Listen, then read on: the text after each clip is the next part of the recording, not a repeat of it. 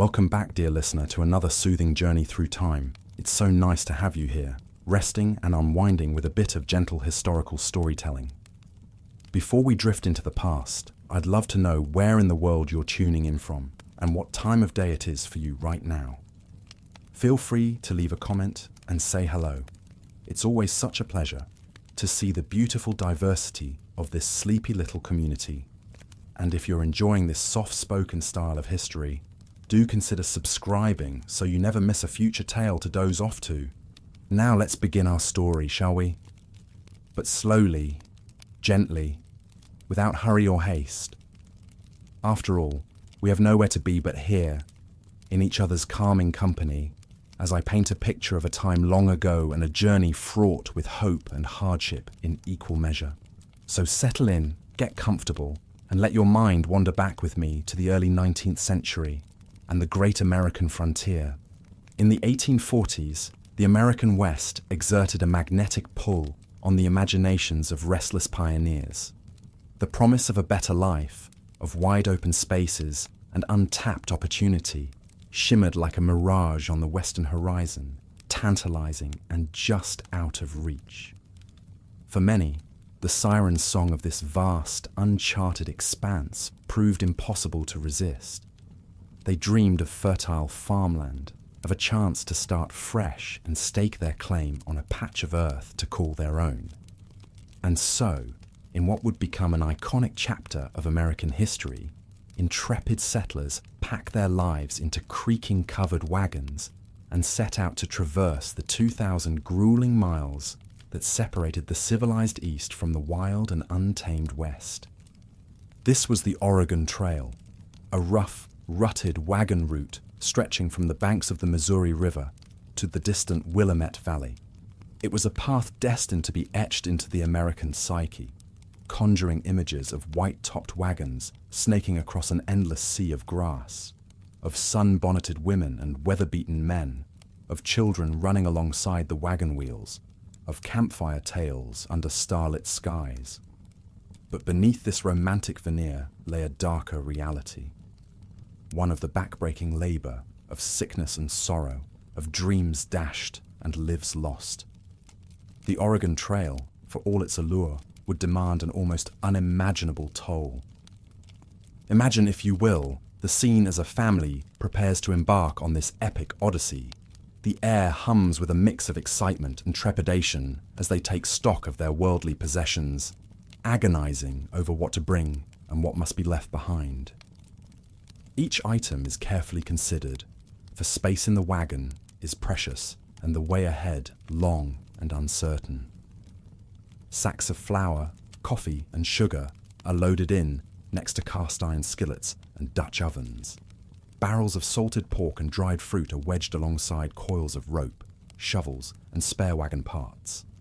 Crates of heirloom seeds, prized quilts, and family keepsakes are tucked into any remaining crannies, poignant reminders of the life being left behind. Outside, the oxen stamp and low, impatient to be off. The father gives the wagon a final once-over, checking the sturdiness of the wheels and axles, knowing that this humble vehicle will be their lifeline in the wilderness. The mother, fighting back tears, takes a last wistful look around the home she's poured her heart into, now echoing and empty. The children, too young to fully comprehend the enormity of the change ahead, clamber into the wagon box, their eyes wide with wonder at the adventure about to unfold. With a heavy heart and a trembling hand, the father grips the reins. The oxen lean into the traces, the wagon groans and creaks, and slowly, ponderously, the little family rolls out to join the stream of fellow travelers amassing on the trail.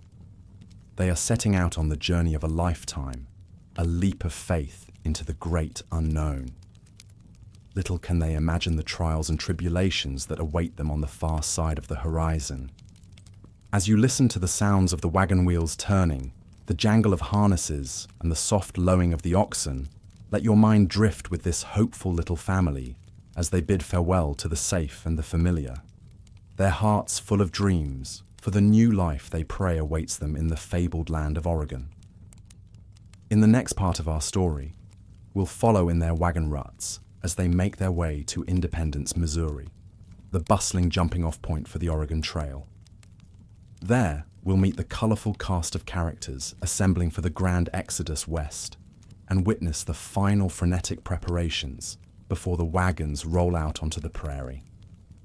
But for now, as we pause on the cusp of this great adventure, I invite you to let the soft cadence of my voice carry you into a restful slumber. There's no need to strain to stay awake. This story will be here waiting for you whenever you're ready to drift back into the past once more. So just let go, let your mind unwind, and allow yourself to slip into sweet, restoring sleep. Thank you, as always, for sharing this quiet space with me tonight. Until next time, I wish you the most pleasant of dreams.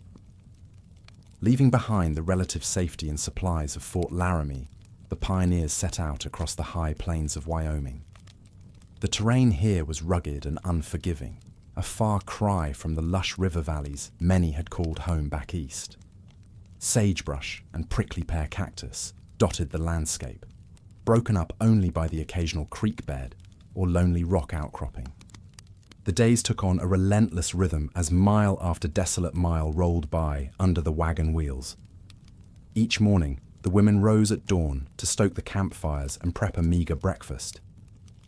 There was no time to lose. They had to make as much distance as possible before the scorching midday sun made travel unbearable.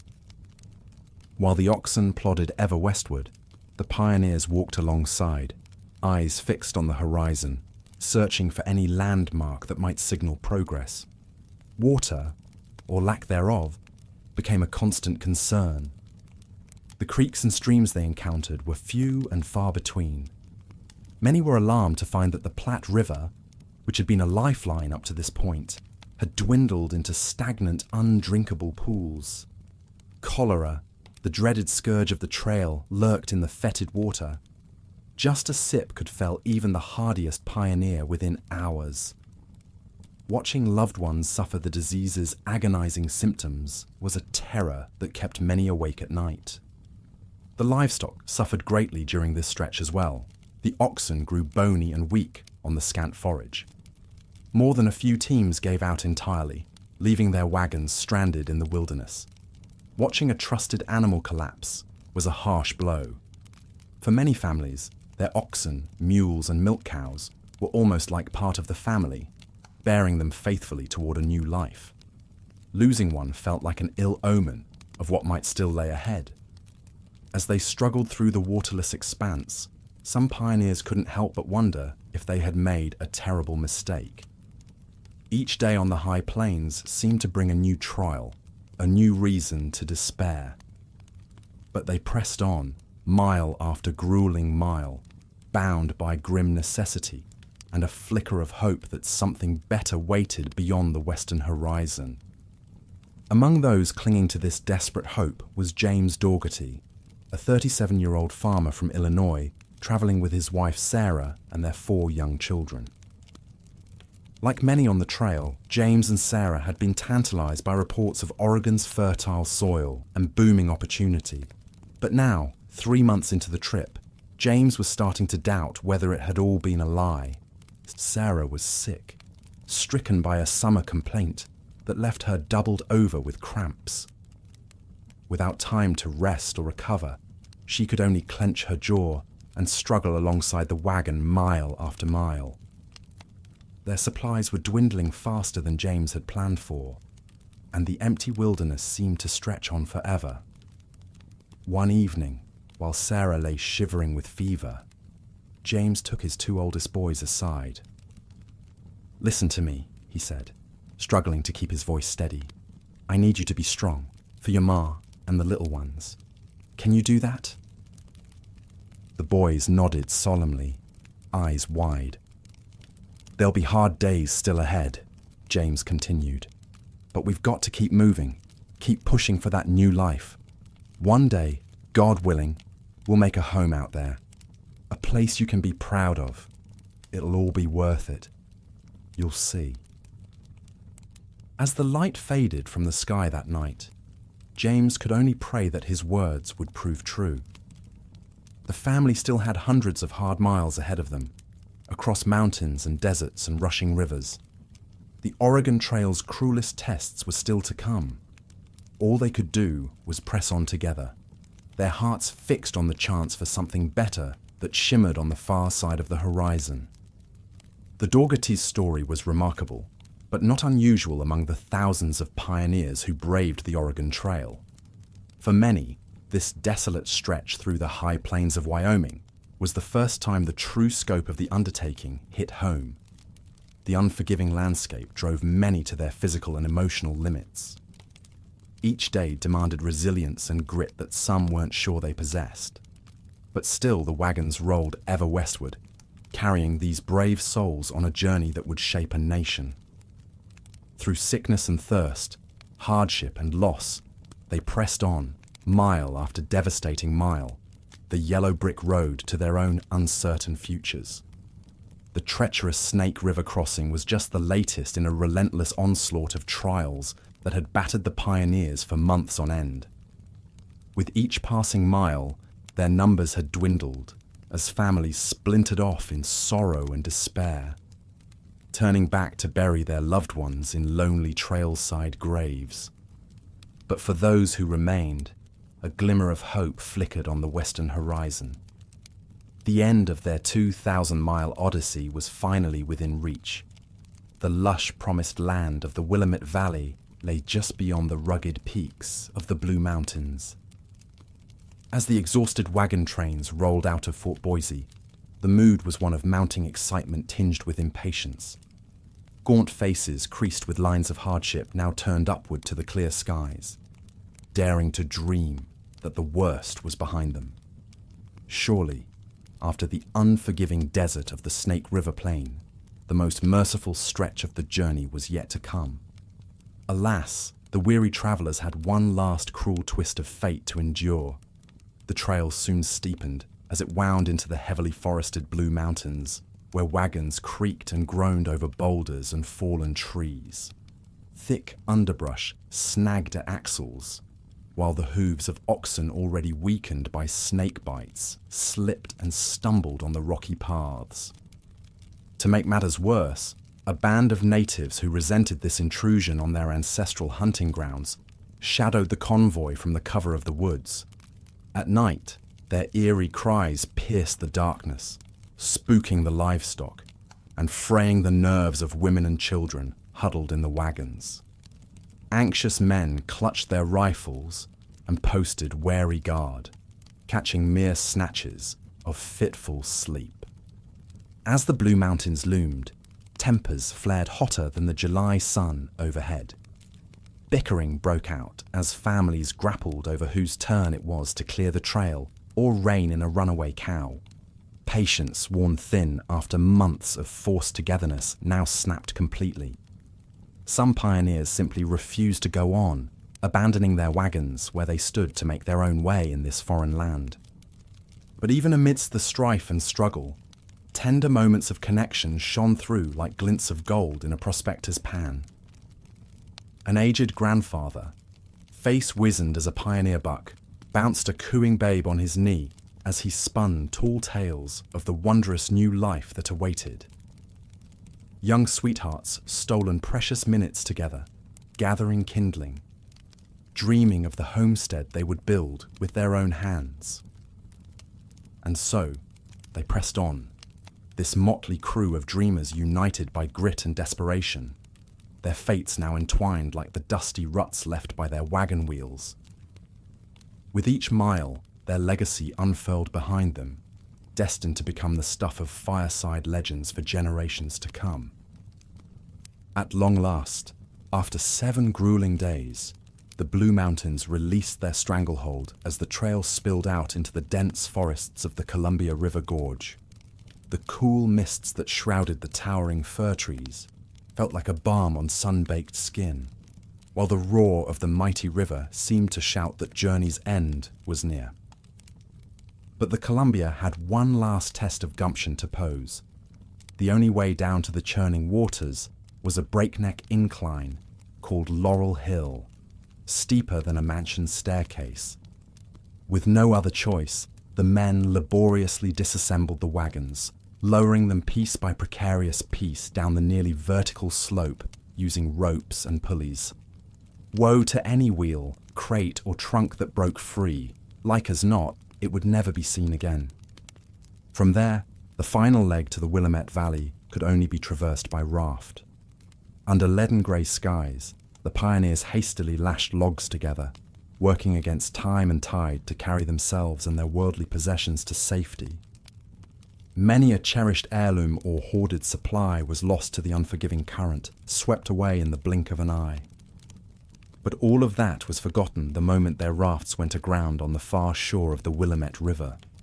As the haggard survivors clambered onto dry land, some sank to their knees in joyful prayer, while others wept and embraced, scarcely daring to believe their 2,000-mile trek was done at last.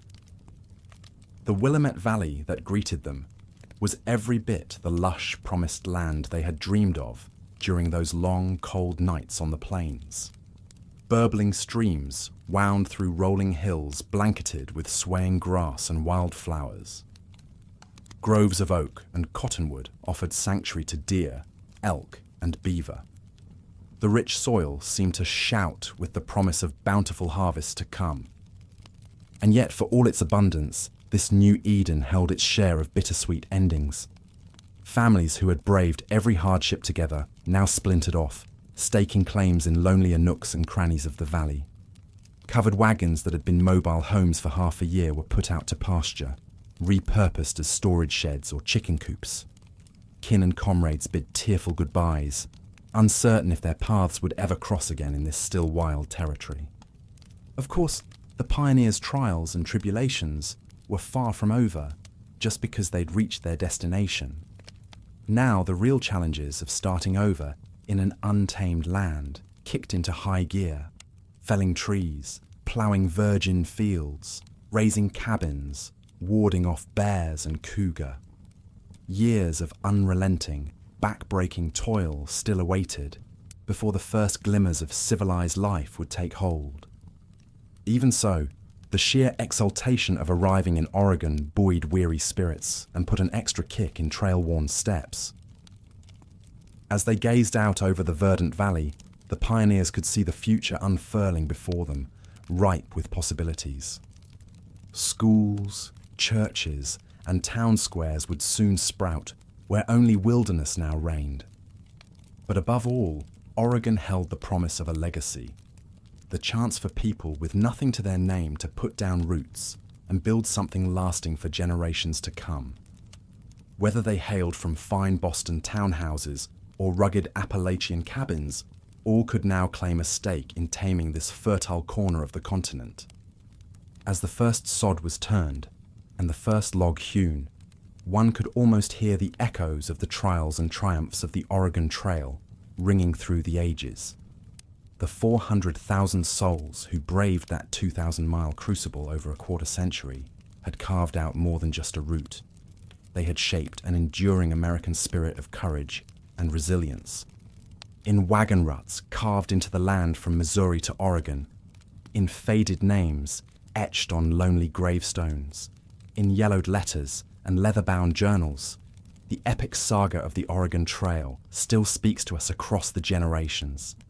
It is a testament to the power of hope in the face of adversity, a reminder that even the most impossible seeming of dreams can be made real with enough grit, gumption, and determination. And so we remember the brave pioneers who risked it all to chase a brighter future, in the strength of communities that rose from prairie soil, in the fortitude of those who tamed an untouched land, and above all, in the quiet moments of remembrance for the many who sacrificed so much along the way. Though their days were often full of sorrow, their legacy is one of unshakable faith and love. Love for their families, love for their country, and love for the land that called them ever westward. May we never forget the courage of these humble heroes who built a nation one wagon wheel revolution at a time. The end of the Oregon Trail was only the beginning of a story still being written in the heart of every American dreamer. A story of a promised land where anyone willing to take the leap of faith can stake a claim on a better tomorrow. The epic journey lives on in the eternal hope for a new frontier, just over the western horizon. We left off with an intrepid band of pioneers, the Donner Party, setting off from the soggy banks of the Blue River in desperate hopes of reaching the fabled Willamette Valley before winter's icy talons could ensnare them in the mountains. George Donner, the party's 60-year-old patriarch, was a prosperous Illinois farmer who dreamt of fertile soil and financial security in the West, a vision that had tantalized him into selling his land and sinking his life savings into this audacious gamble. His brother Jacob, a stout and steady wagon maker, was the pragmatic anchor to George's impetuous optimism. Together with their families, they led a group of 87 men, women and children, an unlikely assortment of dreamers and drifters, united by little more than a common yearning for a better life beyond the horizon. As they rolled out from the Blue River camp that muggy July morning, their wagons heavy with provisions and weighed down further still by the leaden uncertainty of the untamed wilderness ahead, George Donner could scarcely imagine the trials that awaited them. The initial days gifted them a deceptively gentle passage, the oxen plodding across well-worn trails that snaked lazily through the plush Nebraska grasslands. Children scampered gaily alongside the caravan, plucking wildflowers and marveling at the exotic creatures of the plains. The majestic herds of buffalo that darkened the horizon, the skittish pronghorn antelopes that bounded away at the wagon's approach, the comical little prairie dogs that popped from their burrows to survey the curious procession. In the evenings, fiddlers and dancers would emerge to enliven the camp with an air of festivity, the melodies drifting across the swaying prairie grass as the sun dipped beneath the vast western sky. But as the days ticked by and the landscape began to change, so too did the mood among the pioneers. The Donner's route veered away from the established Oregon Trail, instead following a newly promoted shortcut called the Hastings Cutoff that promised to shave hundreds of miles off the journey. Leaving behind the tried-and-true trail felt to many like cutting the tether to civilization itself. The terrain soon turned unforgiving, the wagon wheels bogging down in deep sand and scraping across jagged rocks that splintered axles and shattered wheels.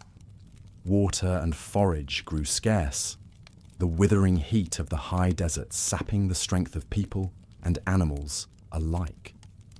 Tempers flared as the Donners fell behind the main body of pioneers, their laboriously slow progress stoking resentments among those forced to wait for them.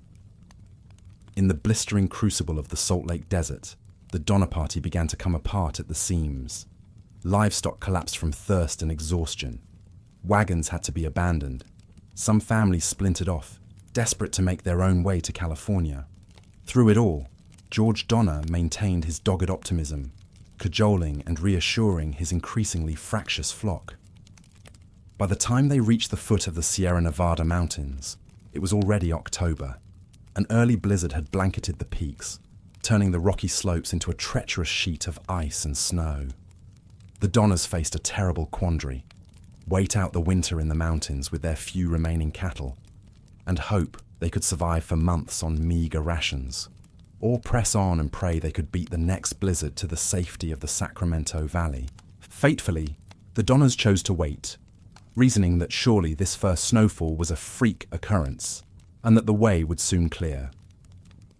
They set up camp next to a picturesque alpine lake, hunkering down in ramshackle cabins and rickety lean-tos, little imagining that this scenic but unforgiving spot would soon become synonymous with one of the most harrowing ordeals of the pioneer era. As the October days shortened and the air turned to a pervasive, biting chill, the true severity of their plight became inescapably clear. The cattle, left to forage in the frigid meadow, grew gaunt and feeble. The pines yielded little game. The party's food stores dwindled to a few mouthfuls of boiled ox hide a day.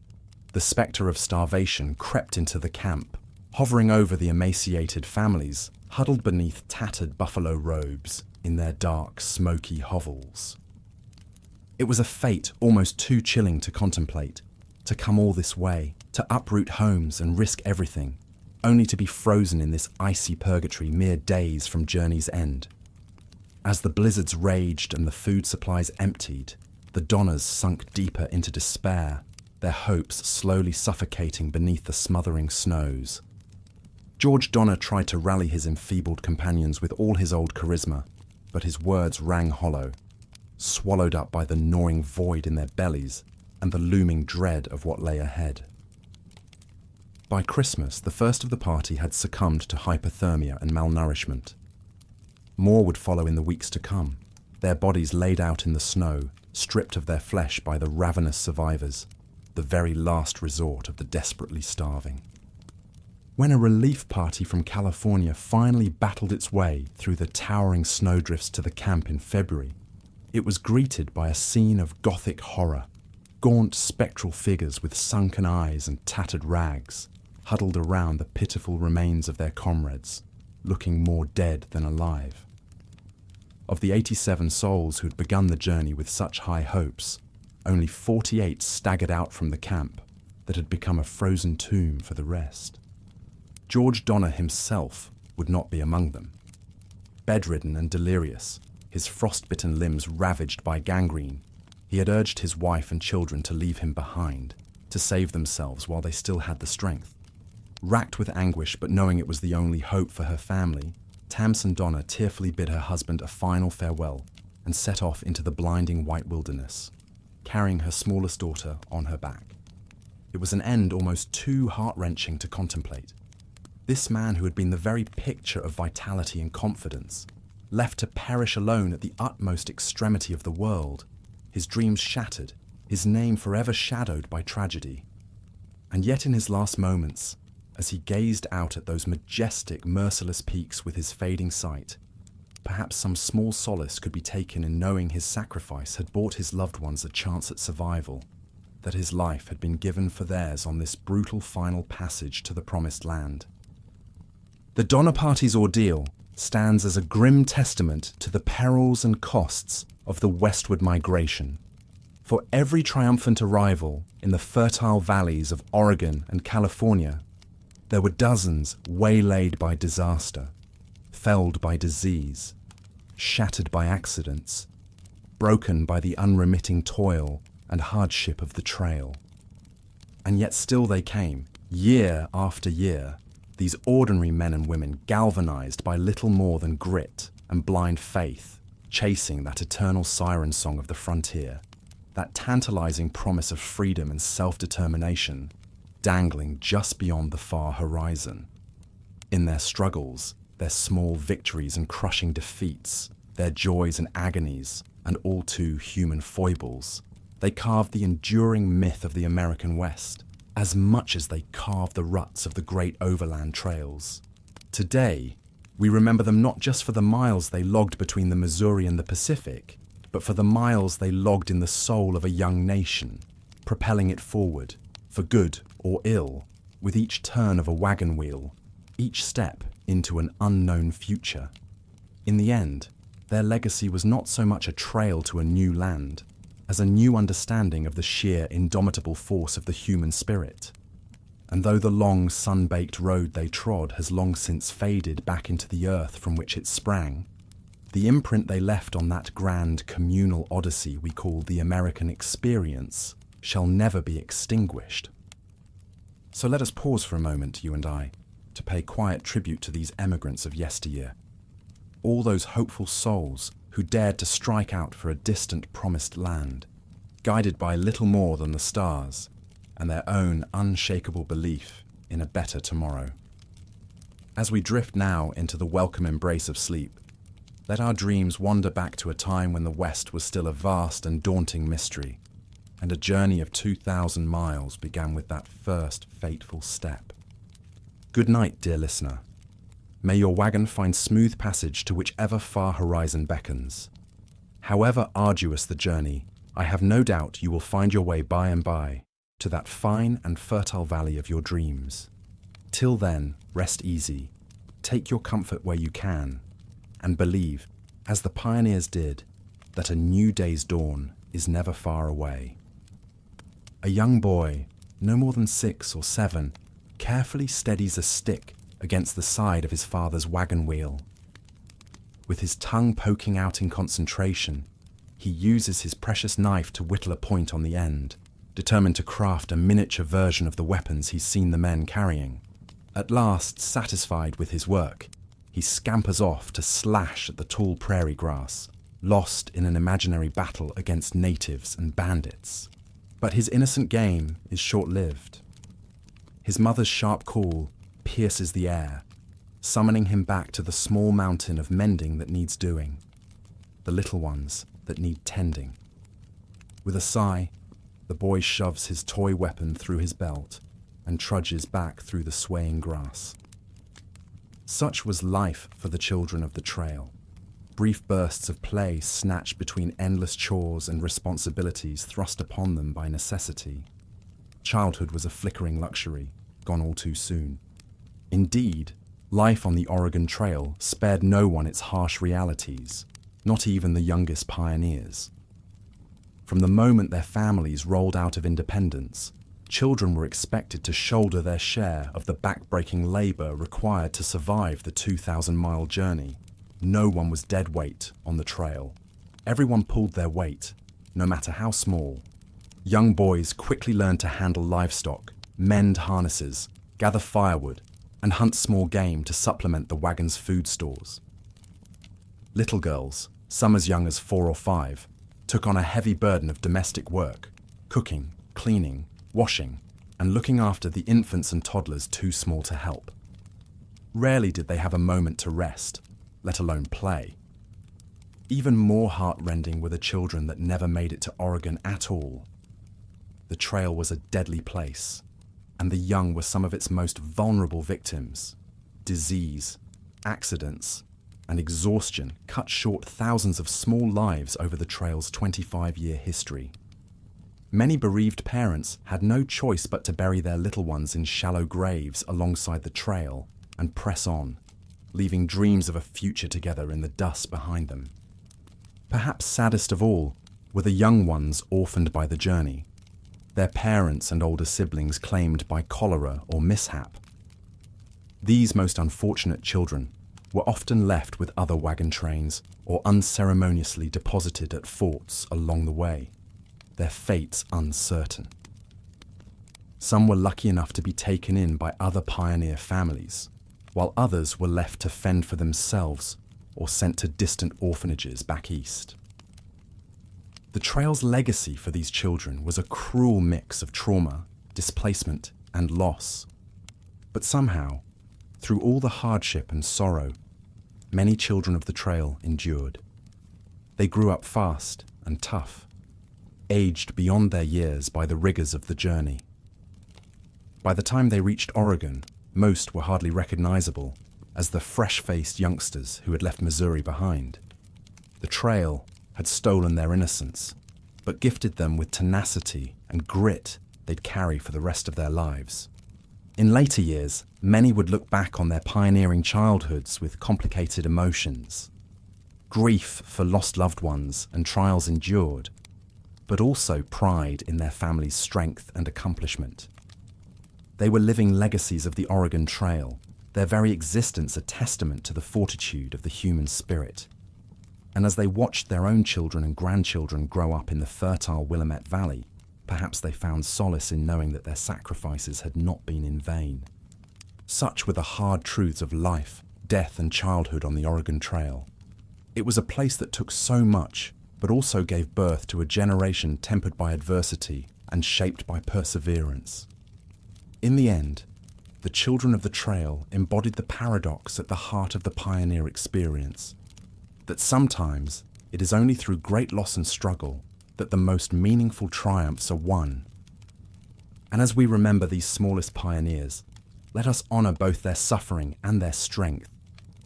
For in the face of all the trail took from them, they managed to carry the most precious cargo of all the long way to Oregon, the hope and resilience of youth unbroken against all odds.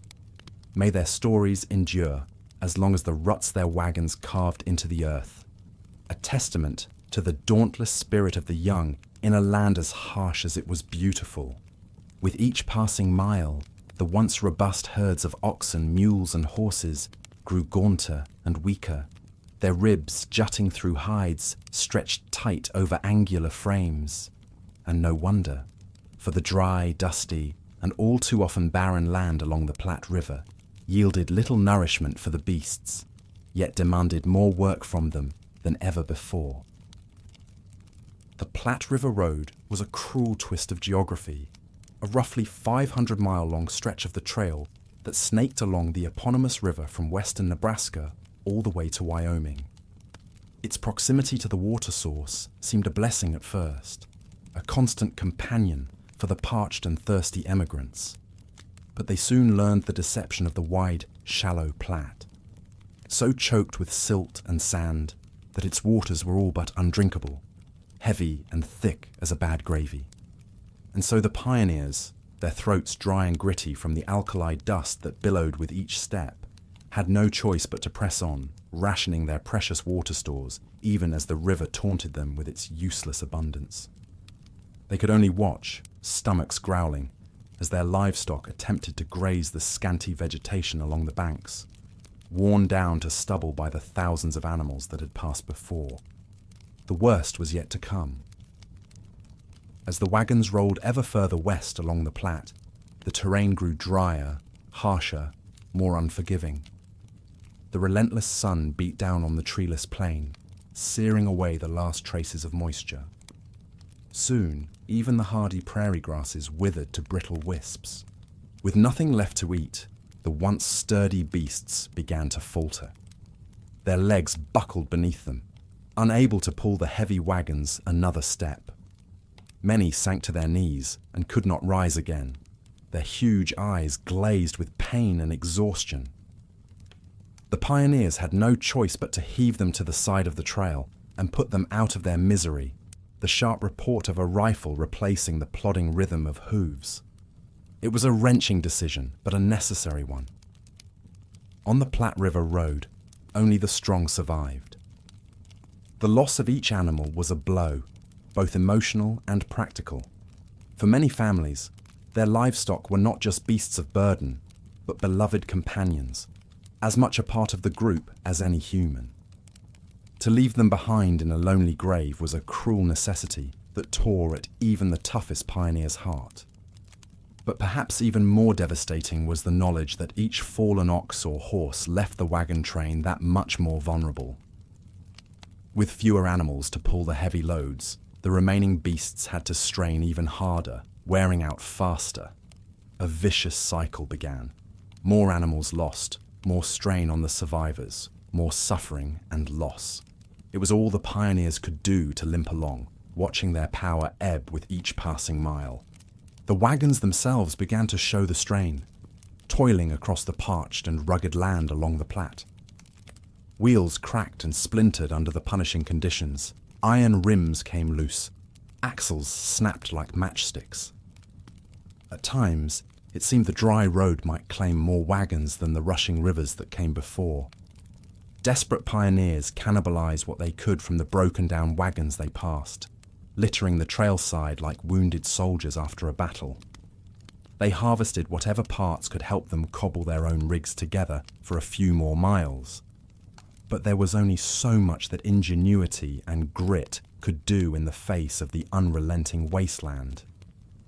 Many wagons simply had to be abandoned, left like desiccated skeletons picked clean by the elements and other passers-by. Through it all, the determined emigrants soldiered on as best they could, leaning into the yokes themselves when the animals could pull no more, pushing and pulling with all their might to keep the wagons rolling.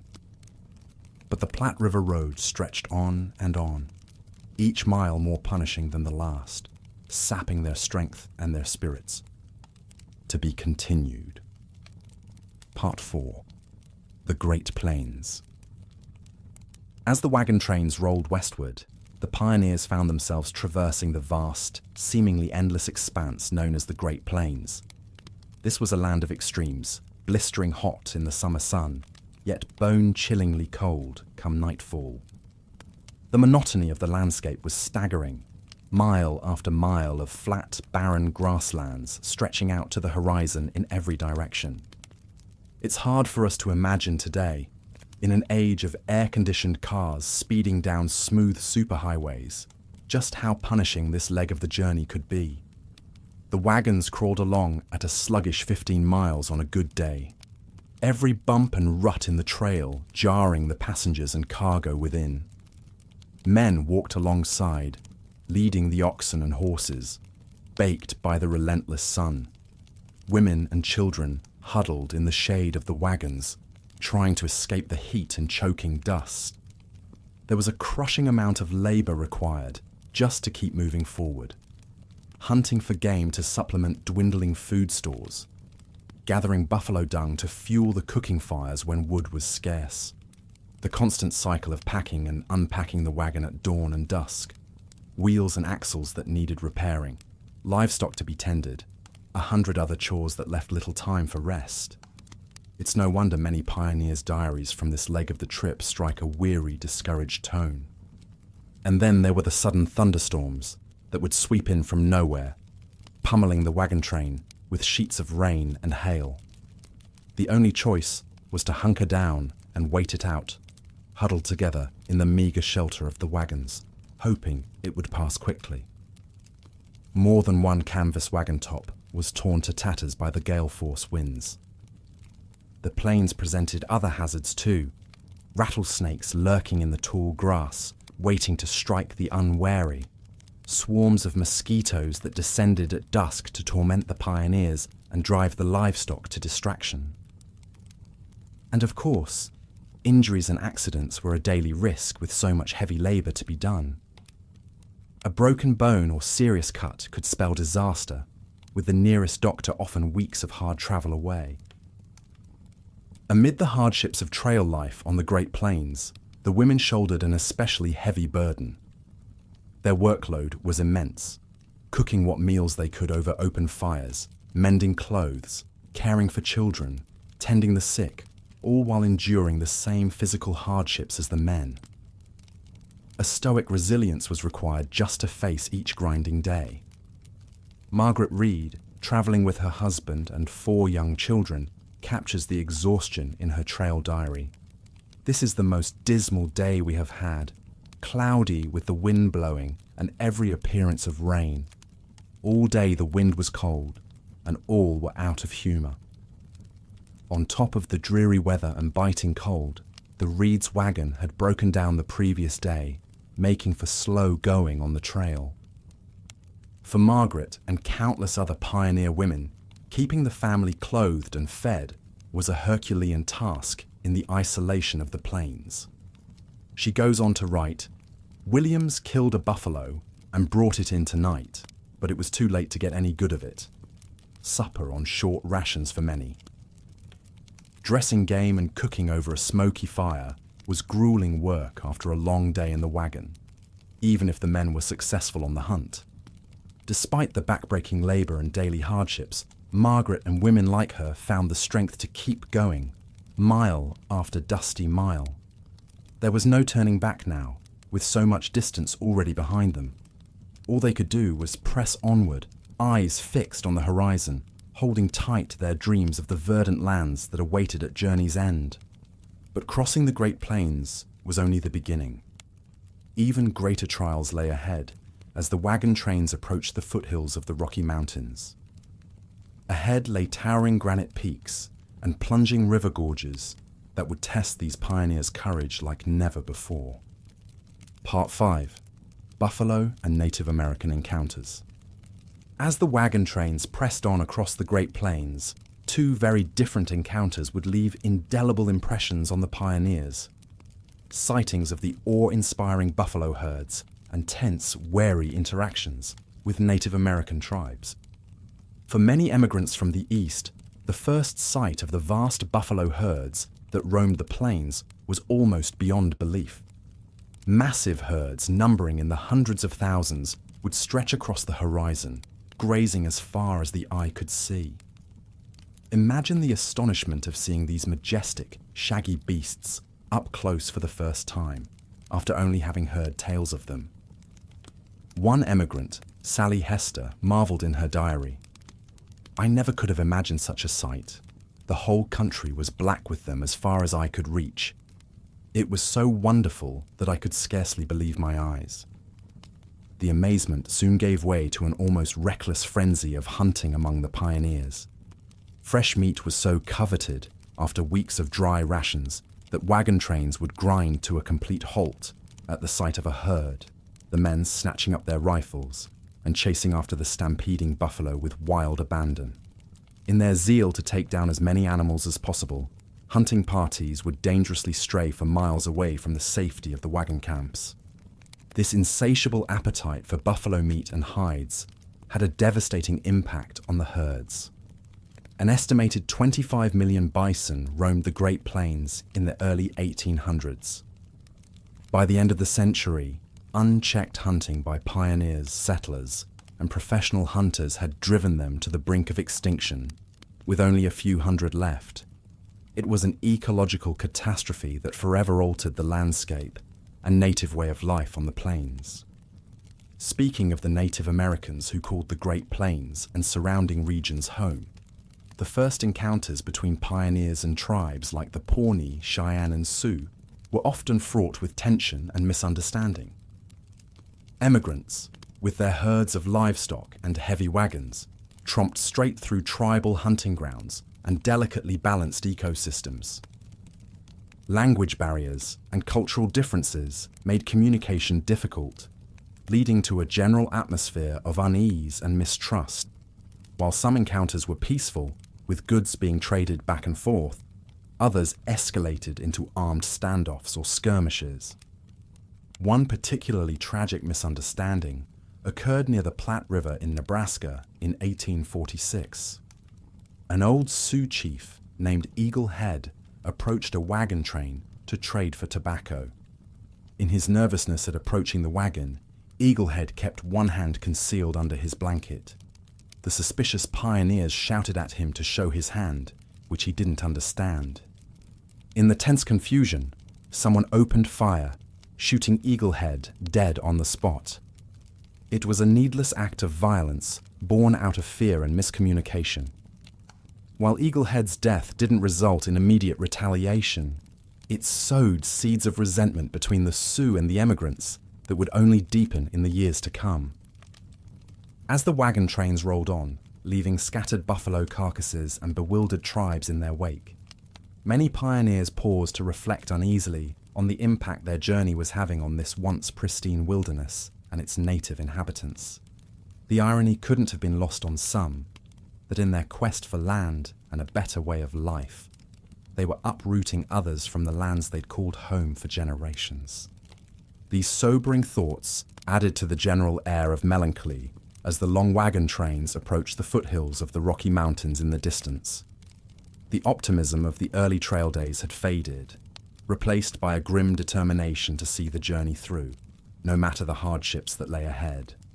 The mountains loomed like an imposing granite wall on the horizon, one that would take every ounce of strength and perseverance to conquer in the weeks ahead.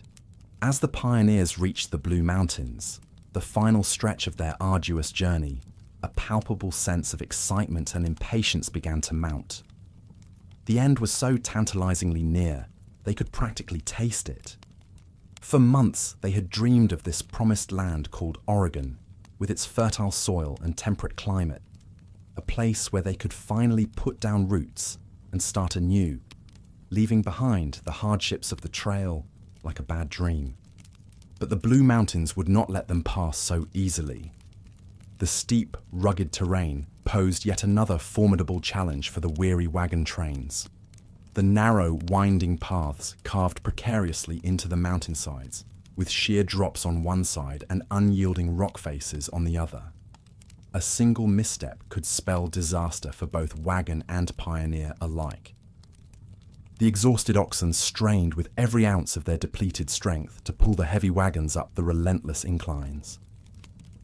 The emigrants had to pause frequently to let the animals rest and to shore up the tattered, precarious wheels and axles of their wagons.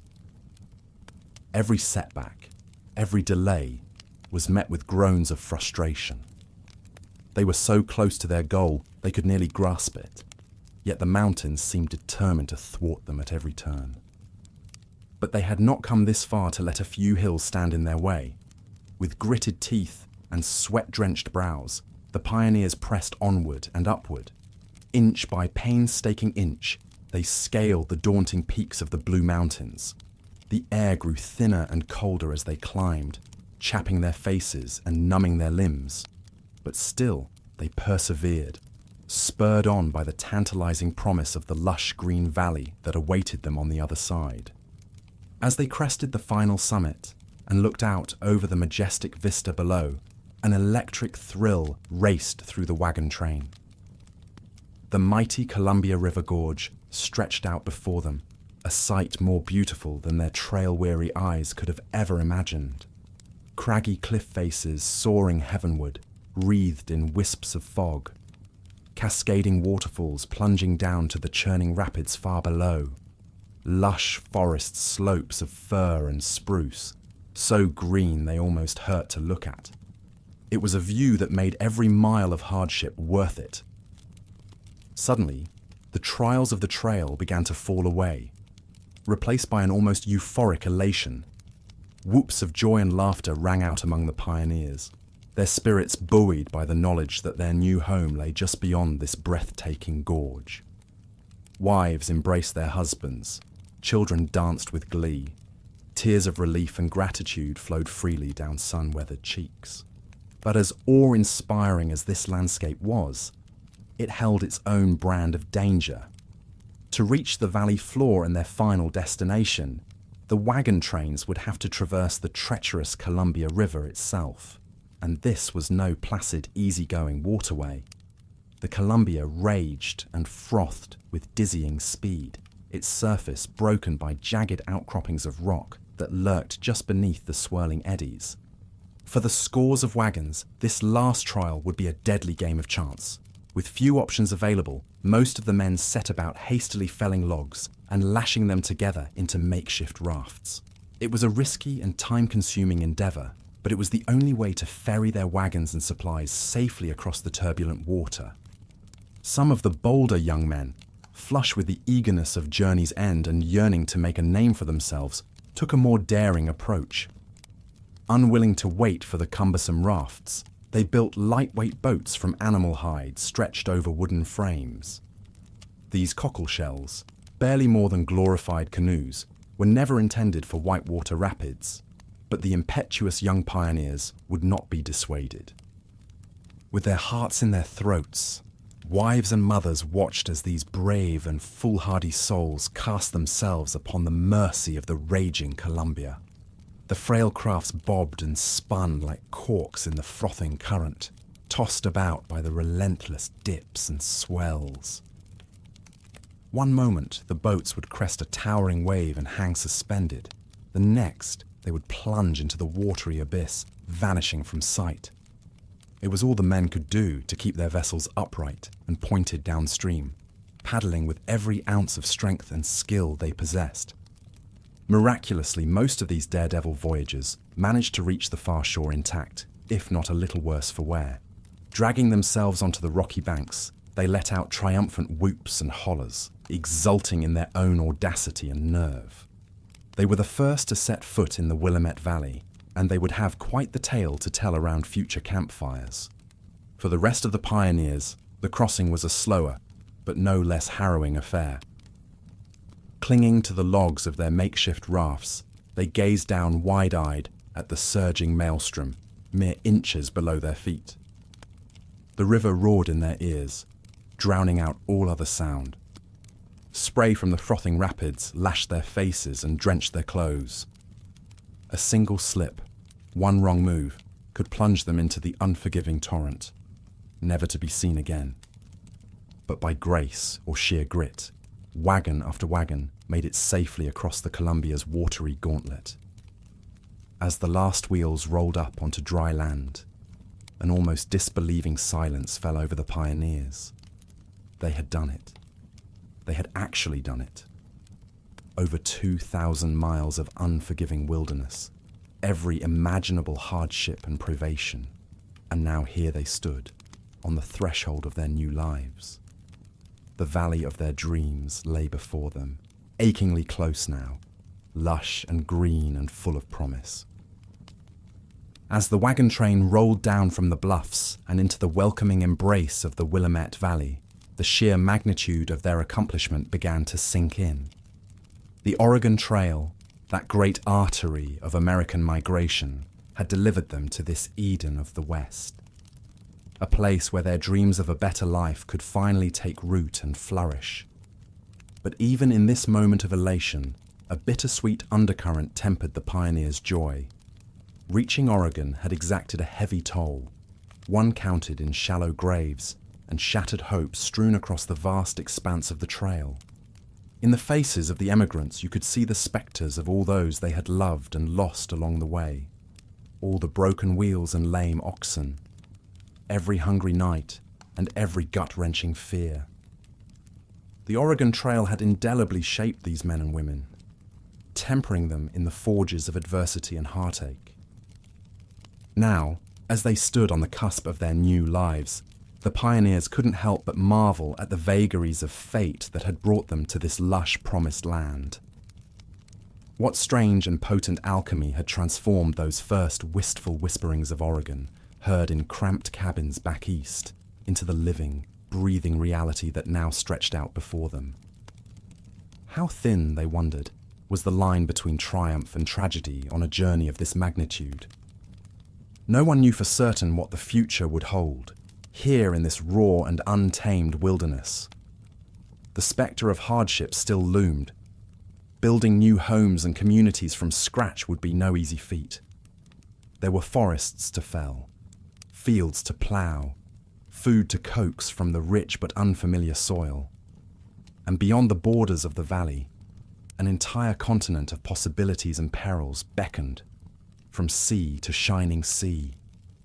But for now, as the sun dipped low over the forested hills and painted the vast Oregon sky in dazzling pinks and golds, the pioneers let themselves savor this hard-won moment of triumph. They gazed out over their valley, the promised land they had sacrificed so much to reach, and felt the first tentative stirrings of belonging. Here, 1,000 miles from everything they had ever known, these trailblazers dared to imagine that they might finally make a home. Their wagon ruts stretched out behind them, carved into the rich black earth as far as the eye could see. A testament to the indomitable spirit that had carried them through the crucible of the Oregon Trail, forging the very bedrock of the American character.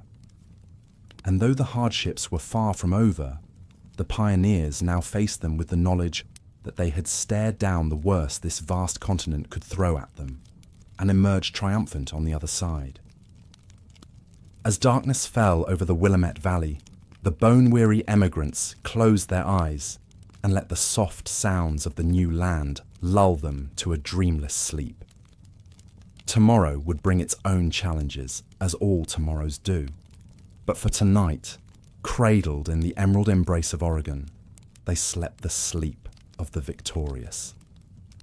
The Oregon Trail had yielded its hard-won prize at last. After the celebratory rush of arriving in the Willamette Valley had worn off, the newly minted Oregonians found themselves facing the stark realities of starting over in an unfamiliar land. With their rickety wagons finally at rest and their weary oxen put out to pasture, it was time to build a new life from the ground up. For most pioneers, the provisions that remained after their arduous journey were meagre at best. The once full barrels and sacks had slowly dwindled down to crumbs over the long months on the trail. Treasured heirlooms and furniture, deemed too burdensome to carry, had been cast aside along the way, littering the trail behind them like a breadcrumb path of abandoned memories. They stood now in this lush valley with little more than the tattered clothes on their backs, a few head of livestock, and whatever tools and supplies managed to weather the punishing 2,000-mile journey intact. With no general stores or settlements to speak of, these early Oregonians had to rely on their own ingenuity and resourcefulness to get by. The first order of business was putting a roof over their heads. Fortunately, the Willamette Valley's abundant forest provided ample timber for building. Using crude hand saws and axes, men would work together to fell towering Douglas firs and shape them into sturdy logs for cabin walls. Women and children would mix clay and straw to fill the chinks between logs, creating a rustic but snug shelter from the elements. Of course, constructing a cabin was only half the battle. With no corner grocers or bustling markets to be found, pioneers had to quickly learn how to eke sustenance from this strange new land. Hunting and fishing provided much-needed protein, with elk, deer, and salmon proving both plentiful and delicious. But a diet of wild game alone could not sustain a growing community. Turning their attention to the rich soil beneath their feet, Oregon's new residents began the back-breaking work of creating farms and gardens from scratch. Plows, having been too heavy and unwieldy to carry in the wagons, were often fashioned from the curved roots of oak trees. Dragged behind a sturdy mule or ox, these rudimentary plows would break up the fertile ground, preparing it for precious seeds brought all the way from Missouri. Wheat, corn, and potatoes were among the first crops sown, promising a bountiful harvest to fill hungry bellies. But as any farmer knows, a crop is only as good as the hands that tend it. From sunup to sundown, pioneers could be found bent over their neat rows of sprouting plants, pulling weeds, shooing away pests, and carefully irrigating from nearby streams. It was a far cry from the bustling city lives many had known back east. But there was a certain peace and pride to be found in coaxing sustenance from the earth with one's own two hands. As the seasons changed and the first crops were brought in, the Willamette Valley began to transform from a wild frontier to a burgeoning agricultural community. Neighbors came together to share in the harvest, trading bushels of wheat for barrels of apples or sacks of potatoes. What had once been a motley collection of strangers thrown together by the trials of the trail now began to resemble something like a true village, bound by the common threads of hard work, self-sufficiency, and an unshakable determination to succeed in this new land. But even as life took on a semblance of normalcy and routine, the spectre of the Oregon Trail still loomed large in the hearts and minds of these pioneers. The memories of those harrowing river crossings, the loved ones lost to cholera and snake bites, the sheer grit and resilience it took to walk 2,000 miles into the unknown. These were not easily forgotten. The trail had shaped them, tested them, and ultimately delivered them to this new life. But the scars it left behind would last a lifetime. Perhaps that is why, even as the years went on and the Willamette Valley grew into a thriving hub of commerce and culture, the pioneers never lost their sense of pride and kinship with one another. They had endured the unimaginable together, and that bond could never be broken. When they gathered around communal fires to swap stories and songs, the tales of the Oregon Trail were always the most requested. The younger generation would listen in rapt attention as their elders recounted the perils and triumphs of that epic journey, their eyes growing wide with a mixture of awe and disbelief. In many ways, the Oregon Trail never really ended for those who traveled it. It lived on in the calluses of their hands, the aches in their joints, the bittersweet memories of all they had gained and lost along the way.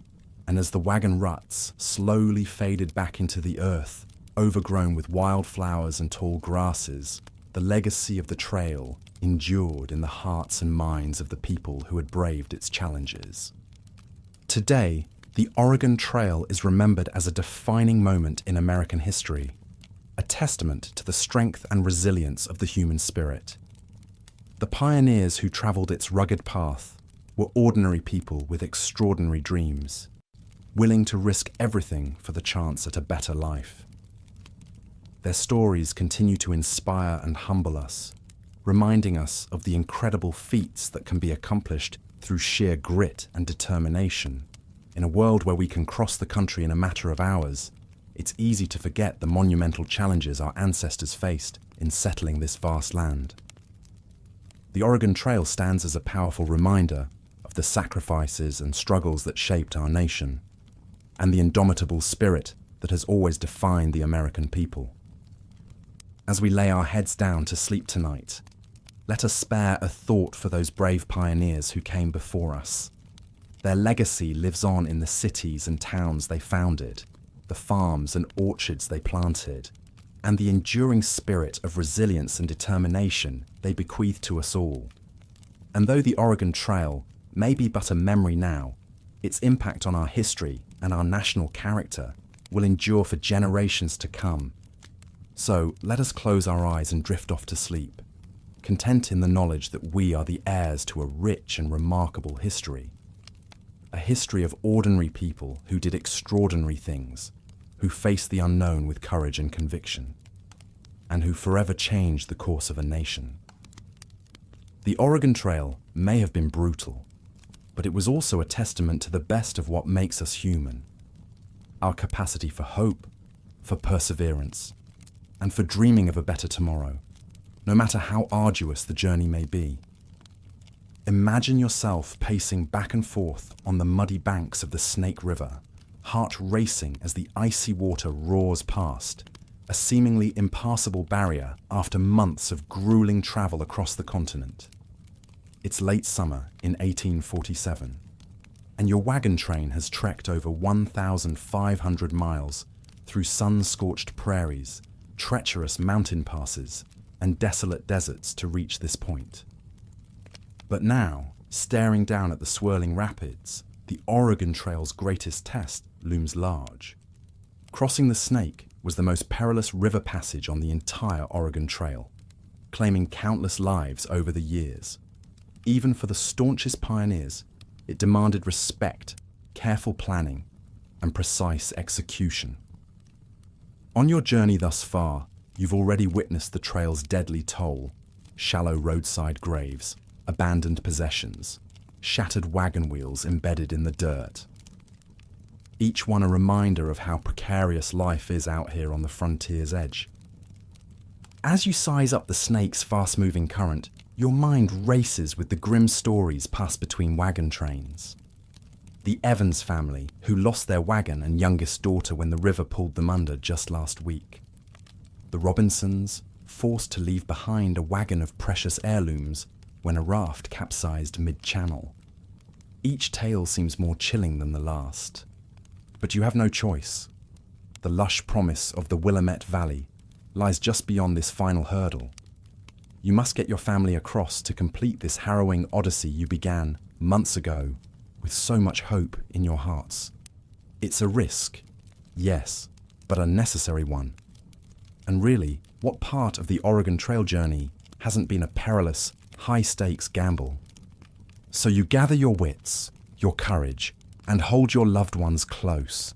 Together with your fellow pioneers, it's time to build the rafts that will either ferry you to your new life in Oregon, or, heaven forbid, doom you to a watery end in the unforgiving Snake. With a deep breath, you wade into the shallows to begin the fateful crossing.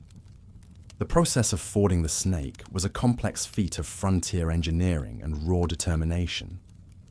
First, the wagon train's strongest men would volunteer to swim to the other side of the river, battling the current with ropes clenched between their teeth. These became the lifelines that would guide the rafts across. Once secured, the ropes were strung across the channel, connecting the banks. Then the real work began. One by one, wagons were dismantled, their frames and wheels lashed to sturdy logs felled from the riverbank.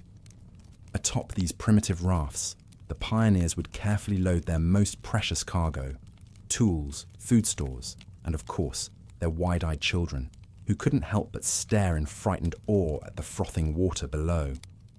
With white knuckles and a whispered prayer, the patriarch of each family would then grasp the guiding rope, pushing off from solid ground into the Snake's unrelenting flow. Hand over hand, they'd pull themselves across the channel, while those on shore watched in suspense, ready to spring into action if the raft showed any sign of capsizing. It was a slow, nerve-wracking process, one that could take an entire day and night to ferry the full party to the other side. Imagine the relief as your raft finally scrapes against the far shore, as your trembling legs take their first steps on dry land. Tears and embraces mingle with the cries of livestock as the crossing's toll settles in the deepening twilight. You've made it, battered but unbroken. However, the trail has one final test of spirit in store. In the grim light of dawn, a distressing scene takes shape. Several wagons lay half submerged in the shallows, their once pristine white canvases now a sodden grey. Pots, pans, and a child's ragdoll bob in the eddies. Most heart-wrenching of all are the unmistakable lumps of motionless oxen and pioneers, forever claimed by the unforgiving current. For long minutes, the snaking line of wagons is utterly silent, save for the eerie creak of wet wood and leather. It's as if even the wind itself is giving a moment of reverence for the lives lost in the night. You bow your head, a shaky breath escaping as you contemplate the narrowness of your own survival. But as the sun crests the horizon, a murmur begins to ripple through the wagon train. Slowly, painfully, the survivors stir back to life, mechanically beginning the now familiar routine of breaking camp, repacking supplies and rehitching teams. For a tragedy on the trail, no matter how gutting, does not grant the luxury of time to grieve. The Willamette Valley is close, achingly close, and winter waits for no one. The fallen will be mourned, but the journey must go on. So as the train lurches back into motion, you spare a final glance at the glittering waters of the Snake, at once beautiful and terrible. In a strange way, you realize the river crossing was a fitting metaphor for the entirety of the Oregon Trail experience. A plunge into uncertainty, a fight against nature's implacable forces, a trial that demands all of your courage and resilience to overcome. But overcome it you have, and now the promised land lies within reach. The months of preparation and independence, the searing heat of the Nebraska plains, the dizzying heights of the Rockies, the dust of the Platte River Road. It has all led to this moment.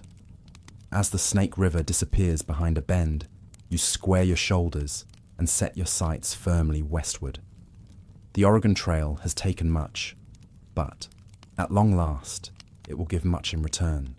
A new life, a new home, a future as wide and untamed as the frontier itself.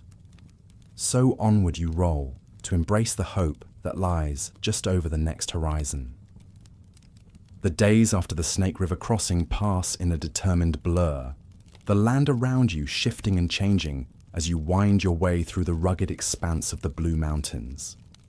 Gone are the barren alkali flats and dusty sagebrush plains of the previous weeks. Now you find yourself enveloped by the sweet scent of pine and the soft babble of clear-running streams. It's as if the very landscape is heralding your arrival in the fabled Oregon country. As you crest the final pass, an audible gasp ripples through the wagon train. There, stretching out before you like a verdant quilt, is the Willamette Valley in all its lush splendor. Rolling hills of emerald grass, majestic stands of Douglas fir, the glittering ribbon of the Willamette River winding through it all. It's a sight that brings tears to even the most stoic pioneer's eyes. After months of toil, hardship, and heartbreak, you've finally made it to the promised land. But as you begin the descent into the valley, the elation is tempered by a bittersweet realization. Yes, you've reached Oregon, but the challenges are far from over. The land may be fertile and bountiful, but it is also raw, untamed, and utterly unfamiliar. Building a new life here will require every ounce of grit and determination that got you through the trials of the trail. As the wagon train makes camp that night, the mood is a mix of joy, relief, and trepidation. Families huddle around flickering campfires, their faces illuminated by the dancing flames as they contemplate the uncertain future ahead. You overhear snatches of conversation, plans for land claims, the best spots for a cabin, what crops to plant come spring. But beneath the practicalities, there's an undercurrent of vulnerability, a sense of being unmoored in this strange new world. You feel it yourself as you sit with your own family beneath the star-strewn Oregon sky. The journey has changed all of you, in ways both tangible and ineffable. Your hands are calloused, your face weathered, your eyes older than your years. But more than that, the trail has forged an unbreakable bond between you, a shared history of triumph and tragedy that will forever tie you together. As you gaze out over the slumbering valley, you can't help but reflect on the incredible journey that brought you here. The lure of the frontier, the leap of faith in independence, the grueling slog across half a continent. It all led to this moment, this place, this new beginning. The Oregon Trail, in all its brutal glory, has shaped you, challenged you, and ultimately delivered you to the land of your dreams. But as you drift off to sleep that night, your last thoughts are not of the trail behind you, but of the road ahead. For tomorrow, the real work begins. The work of putting down roots, of building a community, of carving out a life in this untamed wilderness. It will be hard, yes. There will be setbacks and struggles, just as there were on the trail. But you know now that you have the strength, the resilience, to weather whatever comes. And so, as the embers of your campfire slowly fade to ash, you allow yourself to dream of the future, of golden waves of wheat rippling in the breeze, of a snug cabin filled with laughter and love, of generations to come who will call this valley home. The Oregon Trail has given you this chance, this beautiful blank slate, and you intend to make the most of it. In the morning, as the sun rises over the misty hills, you and your fellow pioneers will take your first steps into this new chapter. The wagon ruts may fade with time, but the legacy of the Oregon Trail will live on in the towns and cities that will soon sprout from this fertile soil. It will live on in the stories passed down through generations, tales of courage and sacrifice, of ordinary people who dared to risk everything for a dream. And it will live on in you, in the quiet strength and unshakable spirit that the trail has forged within you. For you are an Oregon pioneer now, tempered by the challenges of the frontier, ready to embrace all the possibilities that this new land has to offer. The Oregon Trail has left its mark on you, and now it's your turn to leave your mark on Oregon. As the first rays of dawn illuminate the valley, you rise to face the new day and the new life that awaits. With a deep breath and a heart full of hope, you set about the task of turning this rugged wilderness into a home. It's the start of a new journey, one that will be filled with its own trials and triumphs. But you are ready, thanks to the lessons of the trail, ready to build, to grow, to thrive in this place you fought so hard to reach. So let history remember the Oregon Trail, not just as a path, but as a crucible, a gauntlet that tested the mettle of a generation, and in doing so, shaped the very spirit of the American West. From the muddy banks of the Missouri to the emerald hills of the Willamette, this iconic journey has left an indelible mark on the landscape and the soul of a nation. And as you stand there in the golden light of an Oregon morning, you know that you too are part of that legacy, a living testament to the power of perseverance, the strength of the human spirit, and the enduring promise of the American dream. The Oregon Trail may be behind you, but its lessons, its memories, its impact, those will stay with you always, as constant as the Western Star that guided you here. So let us end our journey through history here, with you poised on the brink of a new adventure in a new land. For the story of the Oregon Trail is not just a tale of the past, but a living, breathing part of who we are as a people. A reminder of the challenges we've overcome, the dreams we've chased, and the unbreakable spirit that defines us. And as we drift off to sleep, let the echoes of this incredible journey follow us into our dreams. The creak of the wagons, the thunder of hoofbeats, the laughter and tears of those brave pioneers. For in the end, the Oregon Trail is more than just a chapter in America's history. It's a part of our shared story, a testament to the enduring power of hope, courage, and the indomitable human spirit. So let us rest now, with the memory of the trail winding through our minds like a ribbon of dreams. And in the morning, let us wake with a renewed appreciation for the challenges and triumphs of those who came before us, the pioneers who dared to forge a new path, and in doing so, helped shape the very fabric of this nation. The Oregon Trail may be a thing of the past, but its legacy lives on in the heart and soul of America, a reminder of who we are, where we've been, and all the possibilities that lie ahead. And so, as we close our eyes and drift off to sleep, let us carry that legacy with us always, a source of strength, inspiration, and hope for the journey ahead. We pick up our story at the great midpoint fortress of the Oregon Trail, Fort Laramie. After months of arduous travel across the barren plains and steep mountains, this bustling oasis on the banks of the Laramie River was a sight for weary eyes. Imagine the relief of the pioneers as they glimpsed the American flag fluttering above the wooden palisades, the sound of the blacksmith's hammer ringing out, repairing wagon wheels and shoeing oxen, the tantalizing smells of fresh bread and hot coffee wafting from the kitchens. For a brief moment, the comforts of civilization were restored. Fort Laramie was a place to rest, regroup, and resupply. But it was also a place of difficult decisions. With the worst of the journey still ahead, some pioneers had to reckon with whether they still had the stamina, the resources, and the will to press onward to Oregon. Tensions often ran high within the close confines of the fort. Soldiers and pioneers, mountain men and missionaries, all thrown together in an uneasy mix. Frayed nerves snapped. Fistfights broke out over card games. There's a story of one young man, a troublemaker, who finally pushed things too far. He thought the trail had made him tough, thought he could throw his weight around, but he picked the wrong fight, got on the wrong side of the wrong people.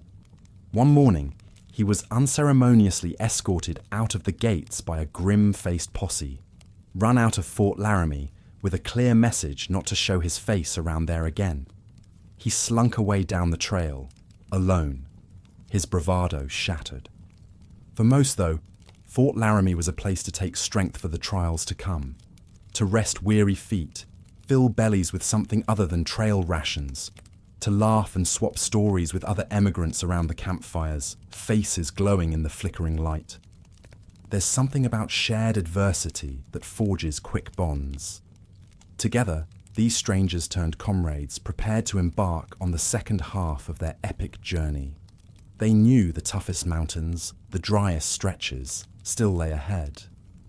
But in that brief pause, that momentary reprieve at Fort Laramie, their hope was rekindled. With repairs made, supplies restocked, and spirits bolstered, they hitched up their oxen and rolled out of the fort, eyes fixed on the western horizon. The Willamette Valley was still hundreds of difficult miles away, but it shimmered like a mirage, lush and fertile in their mind's eye. Little did they know, the worst was still to come. Beyond Fort Laramie, a cruel spectre was waiting to descend on these wagon trains, more deadly than any other danger they had faced: disease. Unbeknownst to the emigrants, the very water they depended on would soon become a brutal killer. Contaminated water from streams and rivers was a constant hazard on the trail. It harbored bacteria and parasites that wreaked havoc on pioneer immune systems. The most dreaded of these illnesses was cholera, known to strike suddenly and lethally. The first sign was usually an intense thirst, followed by agonizing cramps, vomiting, and diarrhea. Within hours, the afflicted would become severely dehydrated, their sunken eyes ringed with dark circles, their skin, a telltale bluish tint. The terrible irony was that the more they tried to slake their raging thirst, the worse it got, their bodies flushing out vital fluids. Once cholera struck a wagon party, it could decimate their numbers with terrifying speed. There was no cure, no real treatment except to try to keep the patient hydrated, an almost impossible task. We can scarcely imagine the horror of watching a loved one succumb to this awful fate in a matter of hours, of having to bundle their wasted body in a blanket for a hasty burial in a shallow roadside grave, of wondering if you might be next. Some wagon parties lost over half their number to cholera. There were times the trail was lined with fresh burial mounds as far as the eye could see, like a grim procession marching alongside the ruts carved by wagon wheels. So many dreams cut short, so many families torn asunder. For those left behind, there was no time to properly grieve, no way to memorialize their loved ones, except perhaps to scratch a name and a date on a rough wooden marker. The stark law of the trail was to keep moving at all costs. Imagine the heavy, haunted silence that hung over a wagon party in the wake of a cholera outbreak. The empty spaces where vibrant souls had laughed, argued, toiled, and dreamed. Parents struggling to comfort heartbroken children, even as they grappled with their own unfathomable loss. It took a toll that went beyond the physical. For some, the light simply went out of their eyes, their spirits broken by this cruel twist of fate. Others clung fiercely to their faith, determined to trust in God's plan, even as they buried their dead in the unforgiving soil. As the shattered remnants of wagon parties rolled on, each one diminished by disease, the unspoken question hung heavy in the air. Why? Why us? Why now? Why this terrible suffering? There were no answers on the trail, only the brute necessity of pushing onwards. With every mile, the survivors became bound ever closer by the depth of their shared tragedy. These terrible trials seared unbreakable bonds between the pioneers. Gradually, mercifully, the worst of the cholera outbreaks passed, but the fear of it lingered, an unseen passenger in every wagon. The sight of a rough wooden cross driven into the dry earth was a constant reminder of how quickly, how randomly, the reaper might strike. As the depleted wagon trains rolled on across the dusty plains, each sunrise brought a renewed sense of resolve, to cherish their loved ones, to savor each simple moment of beauty and rest, to remember the precious lives lost, to carry on in their memory. But the Oregon Trail was not done with them yet. Ahead lay the single most daunting obstacle of the entire journey: the Snake River crossing. This deceptively placid-looking waterway would prove the final trial for many an exhausted pioneer. The Snake River was too deep to ford, with a deceptively strong current. Wagon parties had to disassemble their wagons and float them piecemeal across on rickety rafts, roped together from logs. Oxen and horses had to be coaxed into the water to swim across, braving the chill and the current. It was a painstaking, nerve-wracking process. One slip, one miscalculation, could spell disaster. Rafts overturned, spilling precious supplies into the murky depths. Cattle drowned, their exhausted bodies giving out mid-crossing. Many pioneers, too, weighed down by sodden clothing, got dragged under by the surging current. The snake claimed many lives, many dreams. Imagine the eerie stillness in a wagon camp the night after a disastrous river crossing. Shell-shocked survivors trying to regroup, to take stock of all they had lost in a few fateful minutes. The gaping absence of a father's booming laugh, the ghostly rustle of a lost sister's skirts. Orphaned children huddled together in the dark. In the aftermath, they had no choice but to press on with whatever they had left, to cling to each other and to their last shreds of hope as their wagons creaked and groaned over the final mountain ranges. The shattered wagon trains that limped into the lush Willamette Valley were shadows of their former selves. Gaunt, weary faces stared out from tattered wagon coverings. Children wore pinched old expressions. The jaunty air of adventure long since replaced by the 1,000-yard stare of those who have endured the unendurable. And yet, as the towering firs and rumbling waterfalls of Oregon came into view, something shifted. Tears flowed, ragged cheers rang out, knees buckled and dropped to the mossy ground in prayer. They had made it. They had survived the hell of the Oregon Trail. The promised land was no longer a mirage, but solid, loamy earth beneath their feet. Of the thousands who had set out, full of hope and vigor, only a hardened fraction made it through. Tough as nails, lashed together by tragedy, forged in the crucible of the trail. These survivors would always carry the scars, the empty chairs at the table, the phantom pains of old injuries, the nightmares of drowning cattle, of shallow graves. But they would also carry an unshakable faith in themselves, in what they could overcome together. The pioneers who poured into Oregon in the early 1850s were a different breed from the fresh-faced greenhorns who had rolled out of Missouri. They knew how to face down fear, how to keep going when all seemed lost, and most of all, they knew the true worth of a helping hand, a kind word, a shared crust of bread when the chips were down.